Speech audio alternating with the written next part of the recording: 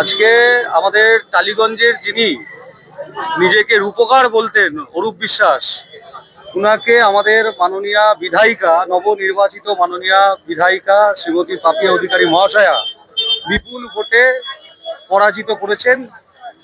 পাপিয়াদিকে আমরা সকলে আজকে অভিনন্দন জানাবো। আপনারা দেখতে পাচ্ছেন শয়ে শয়ে মানুষ আজকে জড়ো হয়েছে।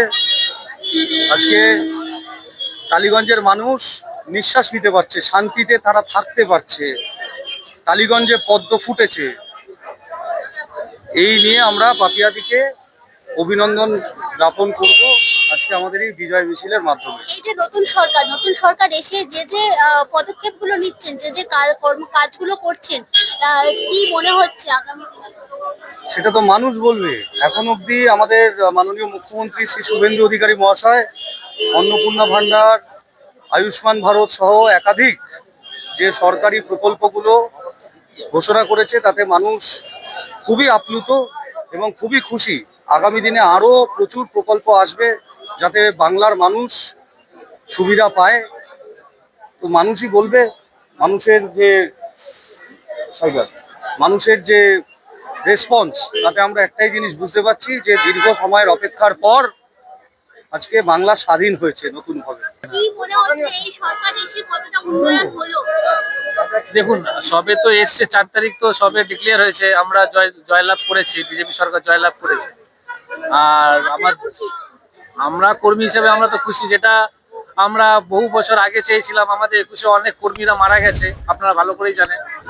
তো আমরা তো অনেকটাই খুশি, অনেকটাই আমাদের মানে এবারে যদি না জিততে পারতাম আরো কত ছেলে মেয়েদের অনেক রক্তাক্ত পুরো পশ্চিমবঙ্গ তৈরি হতো। সেখান থেকে আপনারা দেখতে পাচ্ছেন বিজেপি সরকার এসে একটা ছেলে বা একটা তৃণমূল কর্মীদেরকে মারধর করেনি, সব একদম শান্তভাবে কাজ চলছে। আর আমাদের যে মুখ্যমন্ত্রী বলেই দিয়েছে যে 1 জুন থেকে নারীদের ফ্রি আমাদের বাস হবে, সরকারি বাস চলতে পারবে। তারপর অন্নপূর্ণা ভান্ডার আছে, তারপরে আমাদের আয়ুষ্মান যোজনা আছে। এগুলো তো সব আস্তে আস্তে লাগু হচ্ছে, কিন্তু একটু সময় দিতে হবে। সবকিছুই পরিবর্তন যখন হয়েছে তখন এটারও ভালো কিছুই ফল পাবে। আজকে বিজয় মানে এমএলএ সংবর্ধনা দেওয়ার জন্য যে মিছিল আমরা দেখতে পাচ্ছি, আপনারা দেখছি আপ্লুত, আনন্দিত, কি বলবেন? এটা আমাদের কাছে সৌভাগ্যের বিষয়। আমরা এই দিনটার জন্য অনেক দিন অপেক্ষা করেছিলাম এবং অনেক লড়াই সংগ্রাম করেছিলাম। এতদিন ধরে যে তৃণমূলের যে অত্যাচার ছিল, এই অত্যাচারে 2021-এর আপনারা রেজাল্ট দেখেছেন কি অবস্থা হয়েছিল। আমাদের 77খানা সিট কনফার্ম ছিল, তারপরেও যদি আরো মানে সিট বাড়ানো যদি যাওয়া যেত, মানে যদি রিকাউন্টিং হতো তখন আরো হয়তো বাড়তে পারতো। এইভাবে ভোট চুরি করে ওরা আগের বছর জিতে গেছিল। আমাদের কিন্তু আগের বছর যে কিছুটা না হলে বেশি সিট আমাদের কনফার্ম ছিল, কিন্তু আমরা সেটা পারিনি। তারপরে 2021-এ দাঁড়িয়ে কিভাবে তৃণমূলের লোকরা আমাদের বিজেপির লোকদেরকে ঘরে গিয়ে ভাঙচুর করে এসছে, এমনকি হুমকি দিয়ে এসছে, আমাদের মা বোনেদের সাথে অত্যাচার করে এসছে। এগুলো ঠিক, এটা কি ঠিক? একদমই ঠিক নয়। তাই আজকে যে আমরা বিজয় মিছিল করছি, এটা শান্তিতে করতে পারছি। মানুষ প্রাণ খুলে বাঁচতে পেরেছে, এতদিন কেউ প্রাণ খুলে বাঁচতে পারতো না। এদের যা তোলামূলের যা অত্যাচার ছিল, মানুষ এতে বিরক্ত হয়ে উঠেছিল, ক্ষিপ্ত হয়ে উঠেছিল। আজকে এই কারণে জনগণ আমরা বিজেপি সরকার এদেরকে সরায়নি, জনগণ ইচ্ছা করে এদেরকে সরিয়েছে। আজকে ফলতার রেজাল্টটা দেখুন, তৃণমূল তো সেকেন্ড পজিশনে থাকার কথা, সেখানে কোথায়? আজকে সিপিএম সেখানে সেকেন্ড পজিশনে চলে এসেছে, কিন্তু বিজেপি টপে আছে। আর তৃণমূলের অবস্থা কোথায়? একদম নিচে হয়ে গেছে। এটাই হচ্ছে ফল।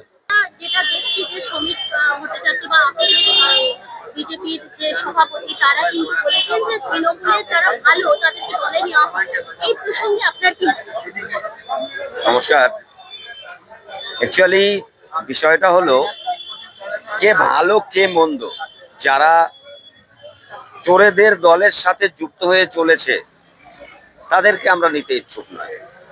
রাজ্য বিজেপির থেকে যে নির্দেশিকা জারি হয়েছে, মাননীয় রাজ্য সভাপতি শ্রমিক ভট্টাচার্য বলেছেন কোনো তৃণমূলী চোর, গুন্ডা, বদমাস এদেরকে দলে কোনো জায়গায় স্থান দেওয়া হবে না। আমরাও ঠিক মাননীয় শ্রমিক ভট্টাচার্যের নির্দেশ অনুসারেই কাজ করব। তার বাইরে যাতে কোনো কিছু না হয় সেটা অবশ্যই আমরা দেখবো, সেটা আমরা ম্যানেজ করে চলার চেষ্টা করব। তিনি আবারও অভিযোগ করলেন যে বিজেপি ভোট চুরি করে ক্ষমতায় এসেছে, যেটা উনি আগেও বলেছেন। দেখুন, আপনারাও সবাই জানেন, আমরাও সবাই জানি ওনার মাথাটার মধ্যে কিছু ডিস্টার্ব আছে, না হলে যত্রতত্র উনি যেভাবে ভাষা বলেন ওগুলো তো একজন মুখ্যমন্ত্রীর মুখ থেকে মানাতো না।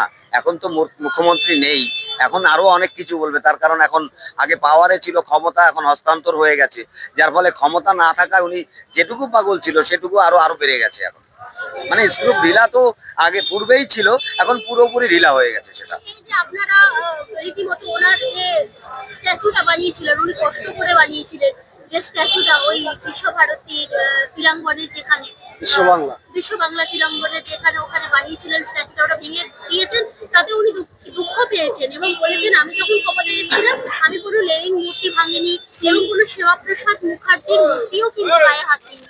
বিজেপি ভাঙতে এসেছে, করতে না। দেখুন, ওই মূর্তিটা পার্টির তরফ থেকে এইভাবে ভাঙা হয়নি, মূর্তিটা হাওয়ায় দুলছিল, যে কোনো মুহূর্তে কোনো মানুষের উপরে সেটা পড়ে গেলে মানুষের অ্যাক্সিডেন্ট হতে পারতো। বিজেপি এরকম ভাঙাভাঙির রাজনীতি করে না। রাজ্য সভাপতির নির্দেশ অনুসারে বিজেপি চলছে। যেখানে যেখানে আপনারা দেখেছেন যখন সিপিএম কে হারিয়ে তৃণমূল ক্ষমতায় এসেছিল, সমস্ত পার্টি অফিসগুলো কিভাবে ভাঙচুর হয়েছিল, কিভাবে বিরোধী পার্টি বিশেষ করে অন্য পার্টির যারা ছিল, সেটা সিপিএম এর হোক বা অন্য পার্টির লোক ছিল, তাদের উপরে কিভাবে আঘাত আনা হয়েছিল। বিজেপির পক্ষ থেকে আমাদের বিজেপির এরকম কালচার নেই, আমরা এই মানসিকতায় চলি না। উনি দুঃখ পাবেন, ওনার ইয়েতে তৈরি করা। এবার ওনার দুঃখ, এখন যদি ওনার দুঃখের জন্য যদি 5টা লোক মারা যায় ওটা ভেঙে পড়ে, তাহলে সেই দুঃখ উনি কোথায় রাখবেন? ওনার তো খুনের রাজনীতি সারা জীবনে উনি করে গেছেন, তাহলে আরো মানুষ মারা যাক, তারপরে বিজেপির উপরে আঙুল উঠুক, উনি সেটা চান। এবার সেটা ভারতীয় জনতা পার্টি কখনোই হতে দেবে না। ভারতীয় জনতা পার্টিতে বহু শিক্ষিত উচ্চ নেতৃত্ব রয়েছে, ভারতীয় জনতা পার্টির কার্যকর্তারাও শিক্ষিত, তারা যত্রতত্র উল্টোপাল্টা কাজ করবে না বা মানুষকে অসম্মানী করবে না। ভারতীয় জনতা পার্টি তাদের নিজেদের রুলস রেগুলেশন অনুযায়ী চলবে, এটি সুশৃঙ্খল পার্টি। অভিষেক বন্দ্যোপাধ্যায়ের বাড়ি একাংশ ভেঙে দেওয়ার আইন এসেছিল, নোটিশ এসেছিল আগে, আজকে কিন্তু রীতিমতো বুলডোজার এসে পৌঁছালো। দেখুন, যেটা নিয়ম বহির্ভূত সরকারি রাস্তাঘাট যেখানে সেখানে আপনি দখল করে পার্টি অফিস বানালেন, যা কিছু বানালেন, সেটা তো গ্রহণযোগ্য নয়। সরকারের মতো করে চলবে। মাননীয় মুখ্যমন্ত্রী শুভেন্দু অধিকারী বলে দিয়েছেন আইনের মতো চলবে, পার্টির মতো চলবে।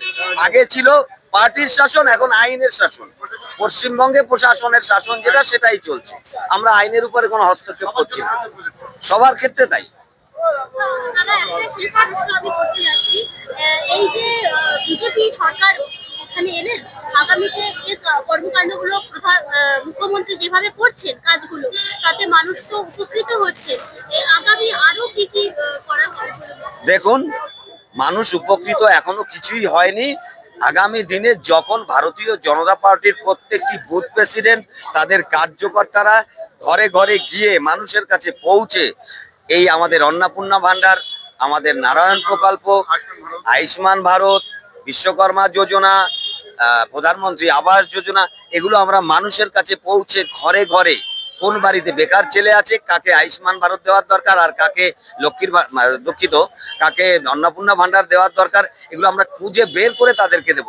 তার কারণ আমরা জানি বিগত দিনে যারা লক্ষ্মীর ভান্ডারের সাথে যুক্ত ছিলেন, তার বেশিরভাগ মানুষগুলো তৃণমূলের সাথে যুক্ত ছিলেন।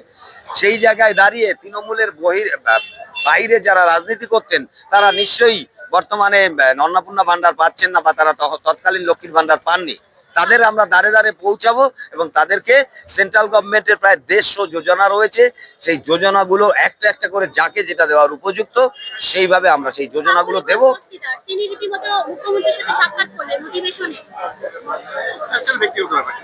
দেখুন, তবে কি ওনার ভারতীয় জনতা পার্টিতে যোগদানের কথা হচ্ছে? দেখুন, পূর্বেই মুখ্যমন্ত্রী বা আমাদের রাজ্য সভাপতি বলেছেন, কোনো দাগি লোকদের, যারা চর্যবৃত্তিতে লিপ্ত ছিল, সেই সব লোকগুলোকে আমরা পার্টিতে নেব না।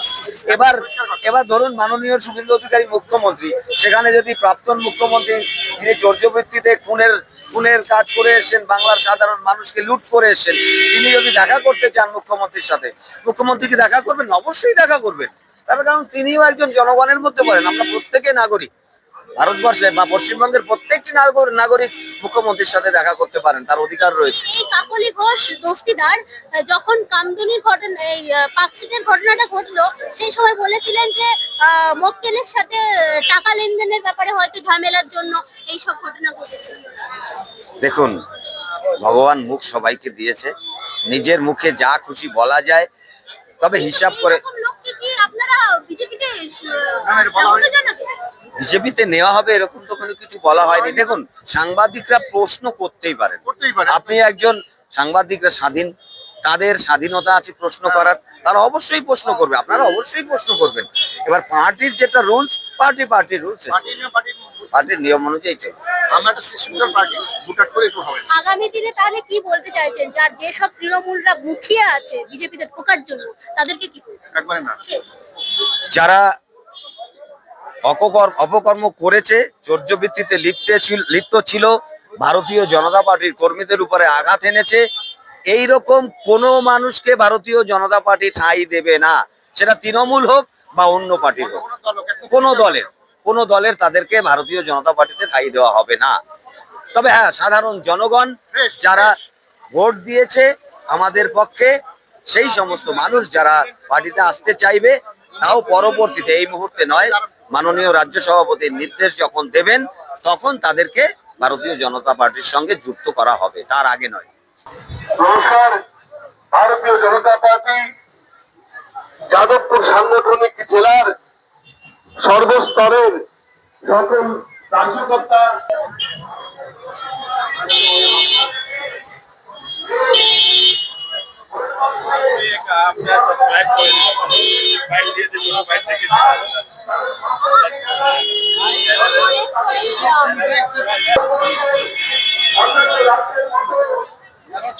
এবারে পশ্চিমবঙ্গে বিভিন্ন প্রান্তে প্রান্তীয়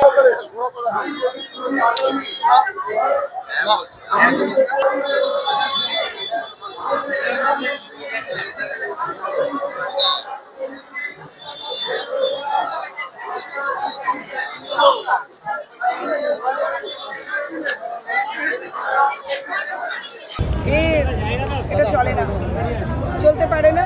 তাই আমরা নতুনভাবে আমরা আমাদের সিনেমা এখনো ইন্ডাস্ট্রি হয়নি, আমরা ইন্ডাস্ট্রিও বানাবো, আমাদের সিনেমা ট্রেডটাকে এইভাবে এগিয়ে নিয়ে যাবো।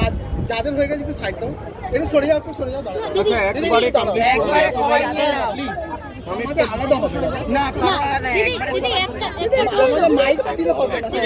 আমি একটু বলছি একবারে দিদি একটা প্রশ্ন, মমতা বন্দ্যোপাধ্যায় একবারে ফাইনাল।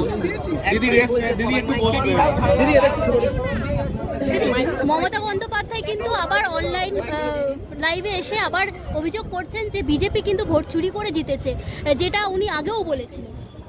ওদের চুরির গল্পটাই বেশি, ওদের গরু চুরি, ওদের চাকরি চুরি, ওদের বালি চুরি, ওদের মান সম্ভ্রম চুরি।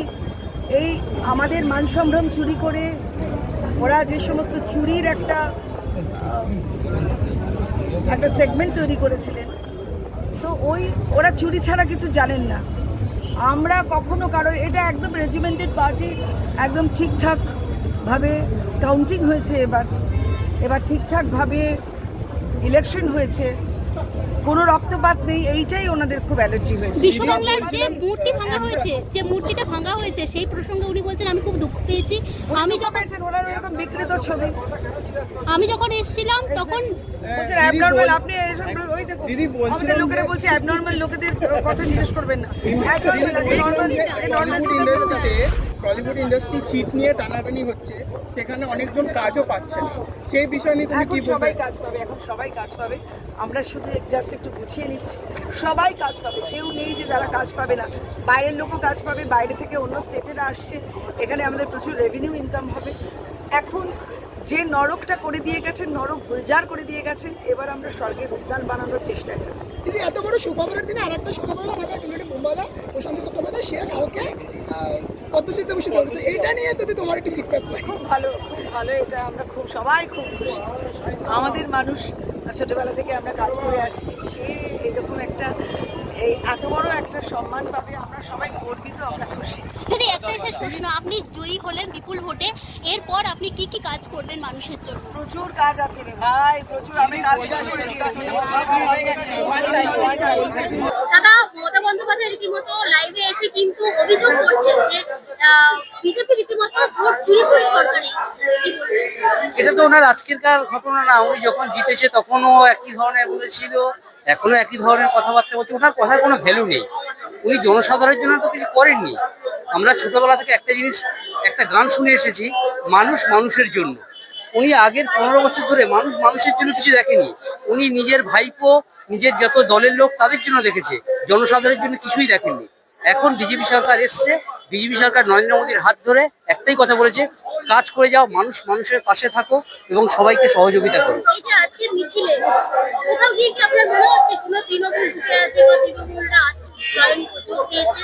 দেখুন, আমি বলেছি, শ্রমিক স্যার আমাদেরকে বলেই দিয়েছেন এবং আমাদের পুরো পার্টি থেকে নির্দেশে আছে, আগামী 3 মাস কোনোভাবে কোনো জয়েনিং হবে না।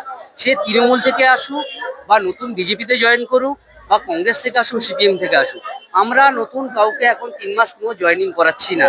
কেউ যদি রাতারাতি ভাবে যে আমি তৃণমূল থেকে সে বিজেপি ঝান্ডা ধরে আমি বিজেপি হয়ে গেছি, এটা সম্ভব না। এবং এগুলো হচ্ছে যারা যারা করছে, আমরা প্রত্যেক পাড়ায় সবাইকে, বিজেপি কর্মীদেরকে বলছি এগুলোকে ফলো করুন।